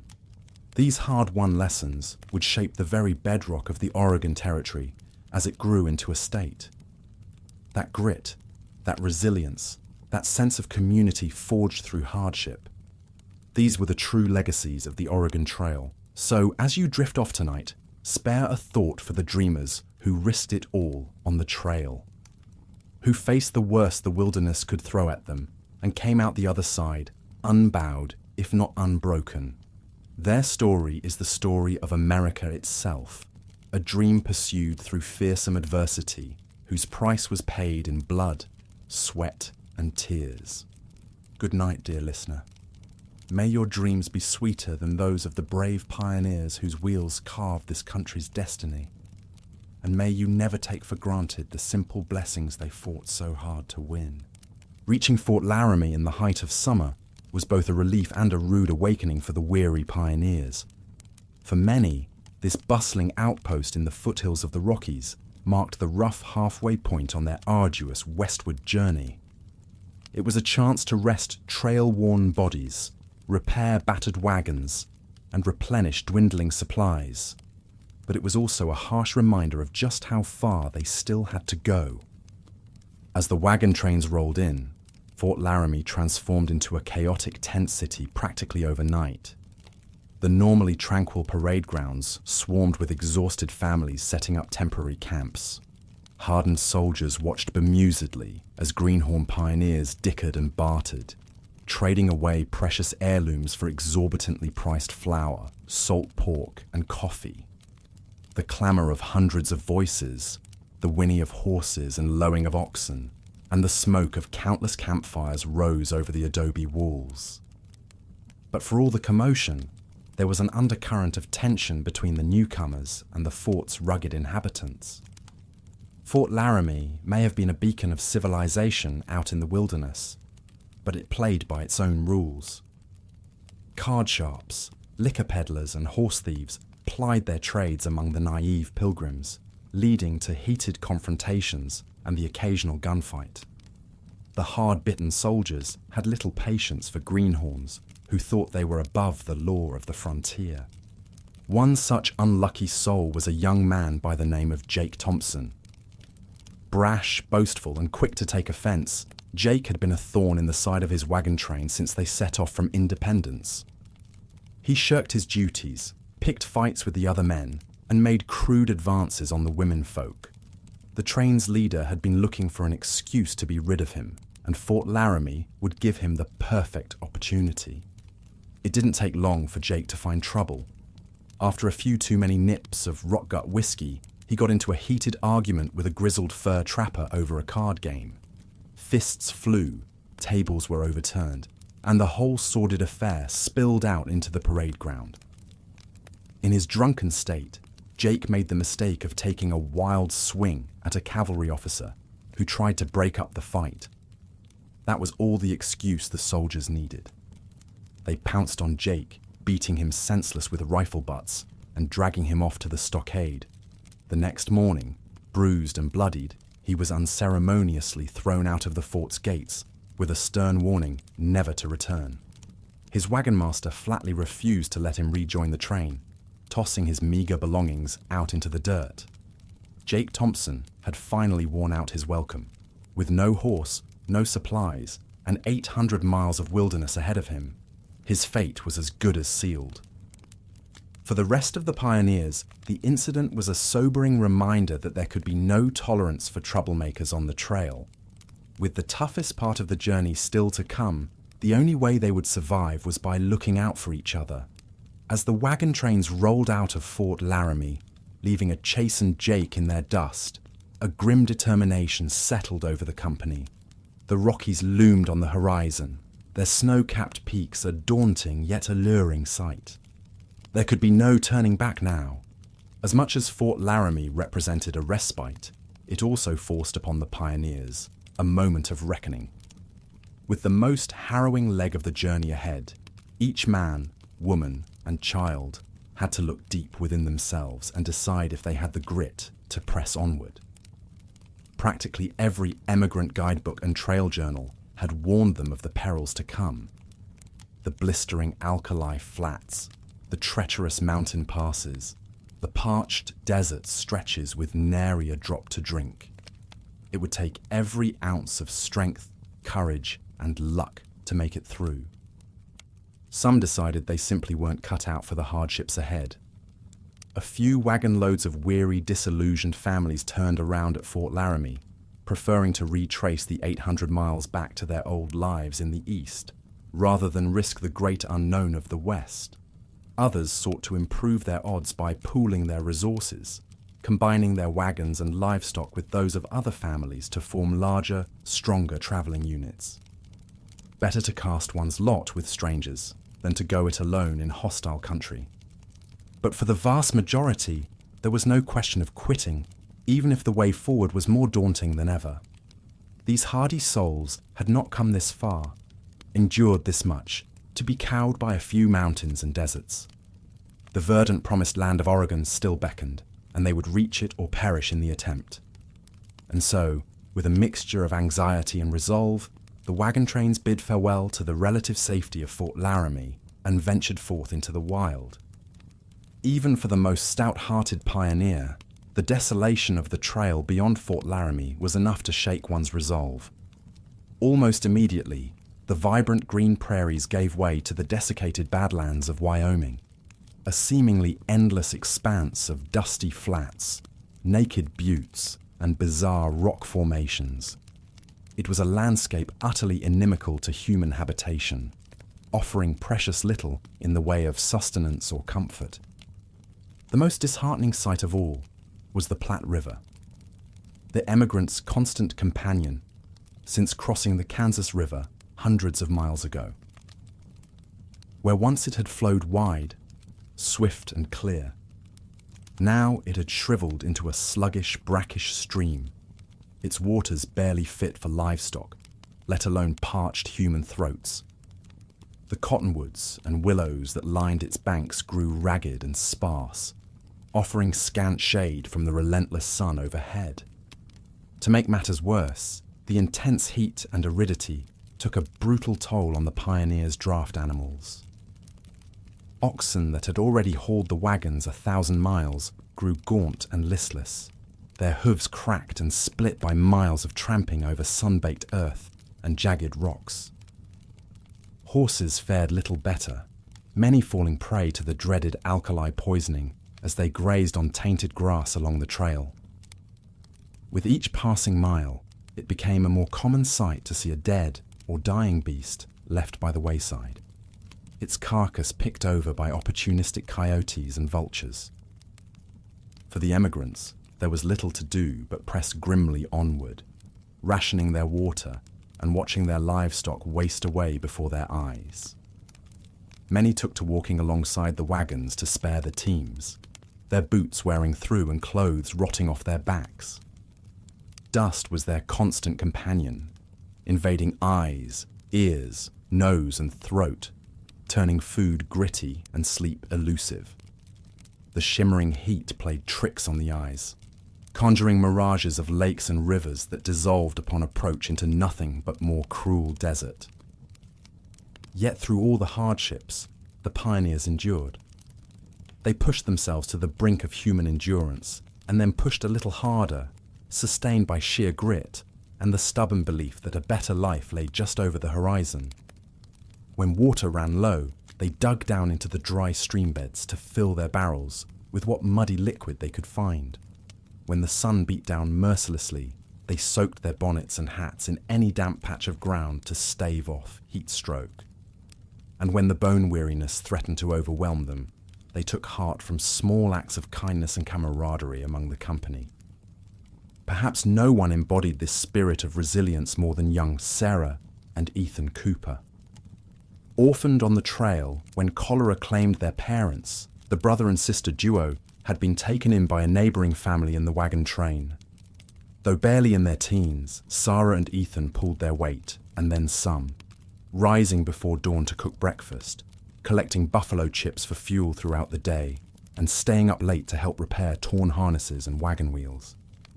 At night, huddled together under a threadbare blanket, they would talk in whispers about the farm they would someday have in Oregon, with rich soil, a snug cabin, and a clear stream for fishing. No matter how grim things got, they never let go of that dream. And their unwavering optimism had a way of lifting the spirits of all those around them, a reminder that hope could flourish, even in this unforgiving wilderness. So the wagon train limped onward, mile by grueling mile, across the sun-scorched barrens of the Platte River Road. The Blue Mountains shimmered on the far horizon like an impossible mirage, a wall of granite and ponderosa pine standing between the emigrants and their promised land. To reach them would take a feat of sheer human gumption and perseverance. But if any group was up to the challenge, it was this stalwart band of pioneers, for they knew that the Oregon Trail would demand nothing less than everything they had, and they were prepared to give it. Cholera swept through wagon trains like an invisible assassin, striking suddenly and showing no mercy. The telltale symptoms, diarrhea, vomiting, sunken eyes, instilled dread in the hearts of pioneers. In the 1850s, one fateful year saw the trail nearly grind to a halt as thousands fell ill. Imagine the despair of a mother watching her child slowly fade, powerless to help. Or the grim task of a husband burying his young wife in a shallow grave, knowing he must press on without her. Doctors were scarce on the trail, and even if one was present, the treatments of the day, like bleeding or mercury pills, often did more harm than good. The very land seemed to conspire against the emigrants.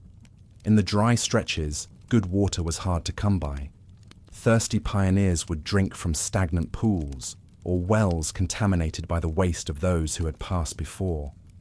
And so the sickness spread, leaping from one wagon to the next. A Massachusetts family, the Bixbys, learned this hard truth in the cruelest way.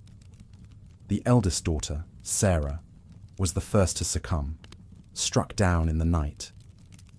They buried her at dawn beside the Platte River. 2 days later, both little ones were gone as well. The parents were left to stumble on in a daze of grief. In the face of such loss, pioneers clung to their faith and to each other.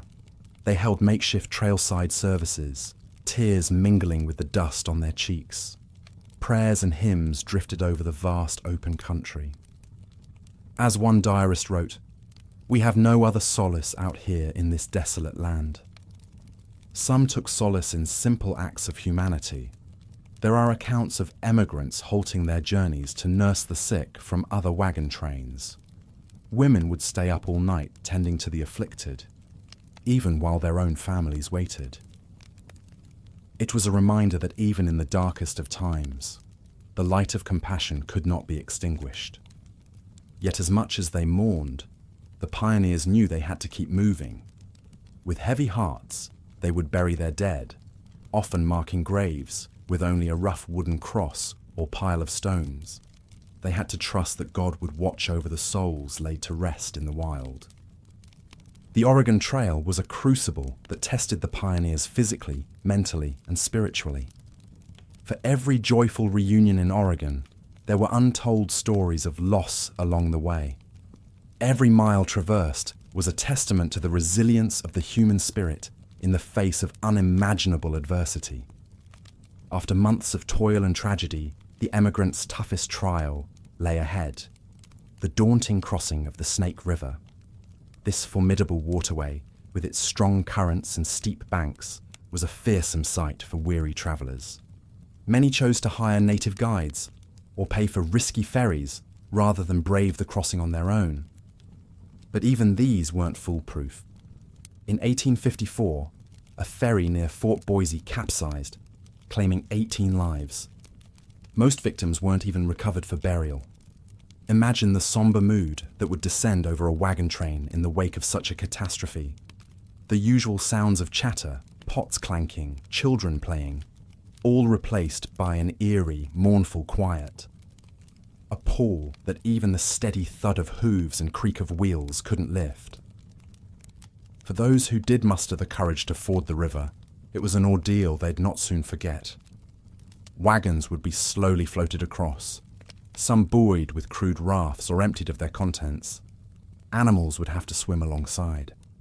All it took was one slip, one hole, and precious cargo could be lost to the roiling waters. William Newby, a pioneer of 1843, vividly recounted the terror. "My horses were soon swimming, and the current so swift that it took them far down the river. The wagon filled with water but did not sink. I had my hands full to keep my team from drowning and my family from a watery grave." Even after a successful crossing, the shaken emigrants had to take stock of what the river had taken from them. Soaked belongings, ruined provisions, drowned livestock. Each loss was a fresh wound to people already battered by the harrowing journey. Yet through some miracle of the human spirit, they carried on. Pressing forward over the parched, unforgiving terrain, eyes fixed on the western horizon. Driven by dreams, or perhaps by the knowledge that they had nowhere to turn back to. For the pioneers, to cross the Snake was to confront their own mortality, their fragility in the face of nature's might. It was a passage through shadow, a strange sort of baptism from which they emerged forever changed. And still the wagons rolled, ever closer to the promised land. The Blue Mountains, last great barrier between the emigrants and their Eden, loomed in the distance. Footsore and bone-weary, the pilgrims rallied for the final push.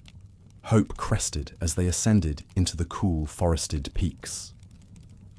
The scent of pine a balm after months of dust and sage. Starvation and sickness had winnowed their numbers, but the survivors were lean, hardened, tempered by the crucible of the trail. They'd learned to savor small joys and simple pleasures, the giggle of a child chasing a butterfly, the sweet tartness of a wild blackberry, a welcome change from the bland rations. At night, fiddle tunes around the campfire, a brief return to the civilized comforts they'd left behind. But the Blue Mountains weren't to be underestimated. The trail turned steep and narrow, a gauntlet of boulders and precipitous drops. Wagons groaned under the strain, threatening to splinter apart. Livestock, worn to mere hide and bone, struggled on the inclines. More than one diarist described a gut-churning moment at cliff's edge, wondering if a single misstep would send them plummeting. It would have been a cruel fate indeed, to come so close to journey's end, only to have it snatched away. At last, after a tortuous passage, the emigrants crested the final pass and gazed down in wonder. There, unfurled before them, was the lush splendor of the Willamette Valley. Virgin soil as far as the eye could see, verdant and dew-kissed, ripe with promise. Tears flowed freely as it sank in that they'd made it, that Oregon was no longer a fever dream, but a reality they could run their hands through. the sheer improbability of their survival. The fact that they'd traversed half a continent by sheer grit and force of will began to register. Over a crackling campfire on that last night on the trail, the pioneers must have felt an overwhelming mix of emotions. Gratitude to the Almighty for seeing them through. Grief for the loved ones lost along the way, bones forever bleaching on the plains. And anticipation for the new lives waiting just over the horizon. Sleep would not have come easy with their hearts and minds awhirl. But there was comfort in the knowledge that the morrow would dawn on a world of their own making.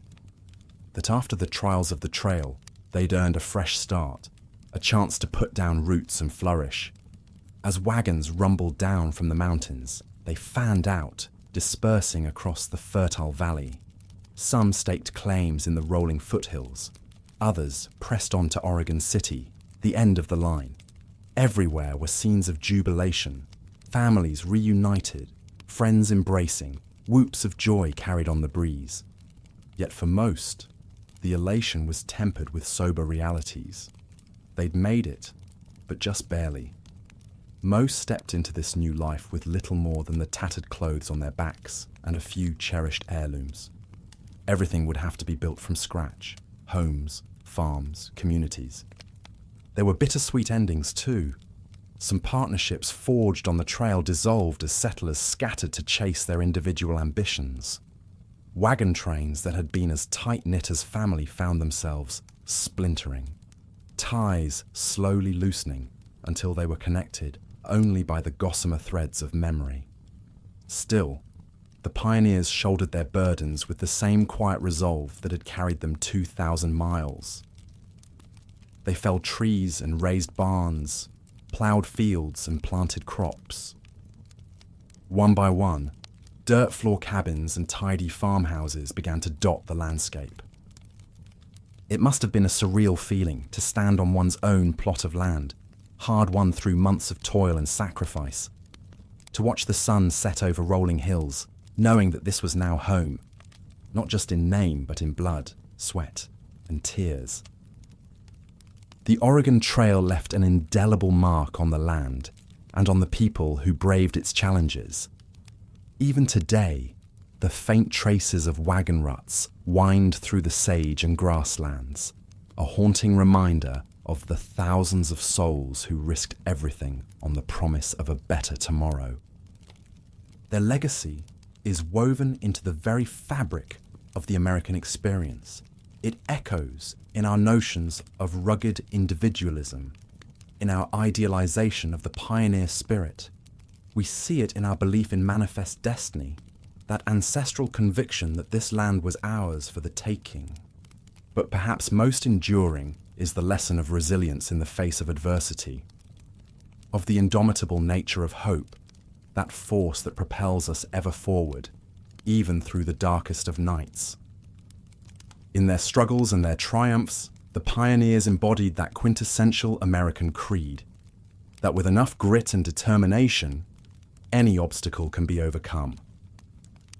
As you drift off to sleep, take a moment to marvel at their courage, their fortitude, their sheer force of will. Imagine the creaking of wagons, the lowing of oxen, the soft murmur of voices around a flickering campfire. Let the vastness of the frontier fill your mind's eye, a canvas of infinite possibility. And if you find yourself facing your own hardships, your own steep and rocky trails, draw strength from their example. Remember that you too are made of stern stuff, that you carry within you that same ember of resilience. The Oregon Trail may be consigned to history, but its spirit lives on, in the dreams we chase, the challenges we overcome, the futures we forge. So take heart, dear listener, and know that you are part of a grand tradition, a lineage of dreamers and doers stretching back to those long ago wagon trains. As you slip into slumber, let the tale of the Oregon Trail be a reminder that no matter how daunting the journey, there's always hope on the horizon. And with each new dawn, we are given the chance to steer our wagons towards a brighter tomorrow. From all of us here, thank you for joining us on this journey through history. If you enjoyed this bedtime story, we'd be most grateful if you could like and subscribe. Consider it your way of throwing an extra sack of flour in our wagon. Until our next adventure, may your trails be smooth, your burdens light, and your dreams as wide as the western sky. Good night.